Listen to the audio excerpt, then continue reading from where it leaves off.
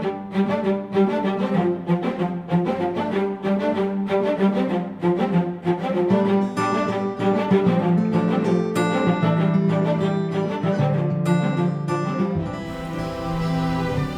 me talk a little bit about your work, because it's both the same and different. You're evolving the work. So for you, holistic management, holistic thinking, decision making is not just for a rancher or a farmer or a wildlife conservationist. Who are you reaching out to, and sort of what is some of the core lessons and ideas that you communicate to the people that you engage with in your work? Every single human on the planet. Every one of us makes decisions every day that affect our environment. Everything we eat comes from the land, everything we use comes from the land, and eventually goes back to the land. And the more unnatural the process to produce what we eat or use, the more damaging it is to our environment. And these are the decision-making things, the reductionist results of these decisions that we make without considering our environment first. And my work now is literally trying to get through to every person, but my heart and soul is in educating children, because this is new thinking and it involves two counterintuitive new insights, which adults are not good at, even one. So two is quite a push with the livestock as a tool and the decision making. I say to children, I say, right, we still use a primitive decision making process, and we need to evolve that. And they say, okay, how do we do it? And I demonstrate practically, and I show how we make decisions. And they say, yeah, that makes sense. And then the same with the livestock. I said, we had the land developed with millions and millions of herding animals turning up and aerating the soil with their hooves, trampling the old grass down, triggering the growth of new plants, and dung and urine fertilizing the soil, and they form this protective, beautiful mulch over the soil. And what I love is, because in arid areas, that's vital, that animal movement is vital, because the moisture needed is found in the animal's gut, so that's your humidity. So the microorganisms have to go through the animal's guts to be able to biologically break down all that plant material and form this beautiful fertilized mulch over the soil ready to catch rain. And we came along and eradicated the animals and started burning. Burning just is rapid chemical oxidation, and the same as rest. So if we leave the grass plants standing, the sunlight can't reach the roots, and the grass plants die. So we have to have animals, and we simply don't have enough. It's lovely, everybody says we should use wildlife, but that would be great. We don't have it. So we need this tool to help the wildlife. So I say they're lending a hoof. And when I teach it to children, they say, yep, that makes sense. But adults have been taught that there's a belief that livestock cause desertification. So there's this block, like, ooh, livestock are bad. So, and the whole world blames livestock, coal and oil. And I say to anybody, the kids and whatever, I say, okay, how can a natural resource possibly cause a problem? Who manages it? Who digs the coal and oil up and burns it at a rapid rate and calls it a fuel? Who manages the livestock? The livestock didn't put themselves on factory farms, and they didn't start wandering around aimlessly causing damage over grazing land. So, and then we say, so one of my kids actually came up with it the other day, and he said, it's like if someone shot you with a gun and you blame the gun and not the person. And I said, that's exactly what happened. So children have, they're just amazing. They pick it up very quickly. So that's just so exciting for me, because I do deal with a lot of adults that just block. They just say, they won't even learn what it is. It's like they're not prepared to acknowledge any of it. So children for me are the key to teaching their parents, teaching their adults about this. And I've had a lot of great feedback from adults that were initially against it, and their children have, because they'll listen to their children. And now those adults are my biggest supporters, and they always say, how can we help, what can we do?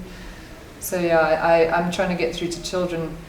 Mostly I've written children's books for the younger generation and sort of the senior school children I have a different way of teaching them. And then the other thing I'm focusing on in a big way is policy. So policy change within governments and organizations. So that's what I'm working on as well. That's a little bit harder. Not as responsive as Yeah, a not quite. 13-year-old. Yeah, that's wild. Yeah. Well, good. Just sort of shifting gears a little bit. I'm excited that you're here. I'm excited that you represent the work of the Savory Institute. And in coming from a woman's perspective, I look at what's happening in the U.S. and I imagine this is true globally. And I think being in India and other places that I've visited, this is also true. But a lot of what is happening at the grassroots level in terms of regenerative agriculture, regenerative processes, are being led by women, female farmers, conservationists. What do you see as sort of the connection with gender and women and sort of the holistic approach that you're promoting? Do you sort of see that as a factor or an element in the work that you do? Yeah, I do. I think it comes down to, with women compared to men, I think it comes down to ego. I think women have a lot less ego when it comes to things that they know, and they're probably more nurturing in a way, like more keen to, more open to change as well. I think women are a little bit more resilient and emotionally sort of mature than men, because we have to raise children and things like that. So I do just think it comes down to ego and caring, like having this. That's not to say I've met many men that are amazingly caring and whatever, but I think if you did a study, you would find that men are more like, no, I'm right, and that's it. There's no further discussion on the thing. Where I've worked with a lot of women that are much more open to learning new ways of doing things. Mm-hmm. Yeah. And if you zoom into the context of here in Zimbabwe, just in our conversation earlier, there never really was a sort of time when women weren't part of agriculture and farming here in Zimbabwe. Definitely. So even the work that you do every day with the communities you Yeah. work with, there's the role of women is really substantial. Yeah, the women are amazing in the communities. They really start to get together because they do the crafts and they all chat together and they have their children together. So they're really forward thinking, I think. And recently I had a friend that was in the community, and she came back and she said it's so amazing because we've had this huge mobilization in a rural community in Wangi communal lands with big, like they're all collective decision making, and they towards their holistic context of covered ground and flowing rivers and stopping these droughts and floods, and so they're all really invested in this context, and they've started herding their livestock together to plant to their grazing processes, and we've got big herds, 304 herds of about 300 cattle in a few villages, like surrounding areas. And the women said the other day, they said, oh, we used to fight and argue all the time, and now we're working together, and it's so exciting. And so it brings people together, this holistic context. You all have a common context to strive and live within, which is really exciting, and it takes you above conflict. So. Yeah, and I do think women are key in bringing families together and communities together, because I think men tend to be more sort of arrogant or they can conflict a bit more. Having said that, the absolute key behind this whole movement in that area is a man called Vianney Ndlovu, and he was found by Astrid Hewlin, who works with us, and he's just one of both of those, but Vianney in his community is one of the most passionate people I've ever met, and he's just quietly, and he's been trying to do it for 7 years, and he's only just got this mobilization. So it's incredible, and that was just from him coming to Africa Center, seeing the results on the ground, and being determined to make a difference. Yeah. Well, you kind of in that answer, you're talking about conflict, and one of the things we were looking at the Regenerative School is sort of the linkages between climate change and conflict. So as we look at a future where we're looking at accelerating climate change, what do you see as potential linkages, here in Africa and beyond, between climate change and conflict? And then do you see a role for holistic decision making and holistic management as you look at that question? Without question, until our decision making is holistic, we're going to remain in conflict, because addressing the problem is what causes the problem, and reducing our actions to problems is, so I call it the spinning hamster wheel of death. We have to get off it. And for me, the really exciting thing is it's not, we don't have many problems.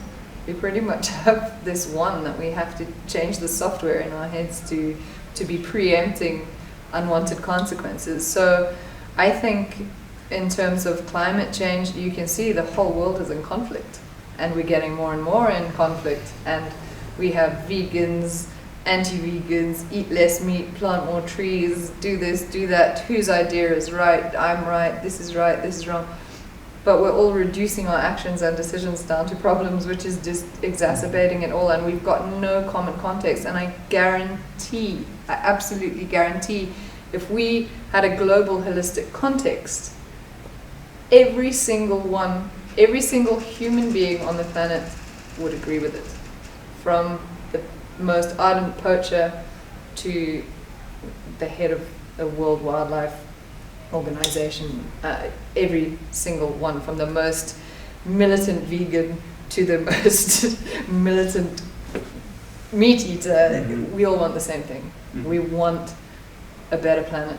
We want wildlife. We want all these things. We want good education. We want healthy food. We want all of these things. So, and once because our organizations take on a life of their own and are making these reductionist policies, we, the public, have to insist that those change, because that's when we'll see this big change, and a global collective decision making towards. So holistic management, and when you develop your context, basically takes you out of conflict. And I think you're going to put some images of a context and stuff in there, or I can read one out or something. And it just takes you above any of your nitty gritty arguments. And at the end of the day, no matter what our differences, we can all agree that this is what we want for our future.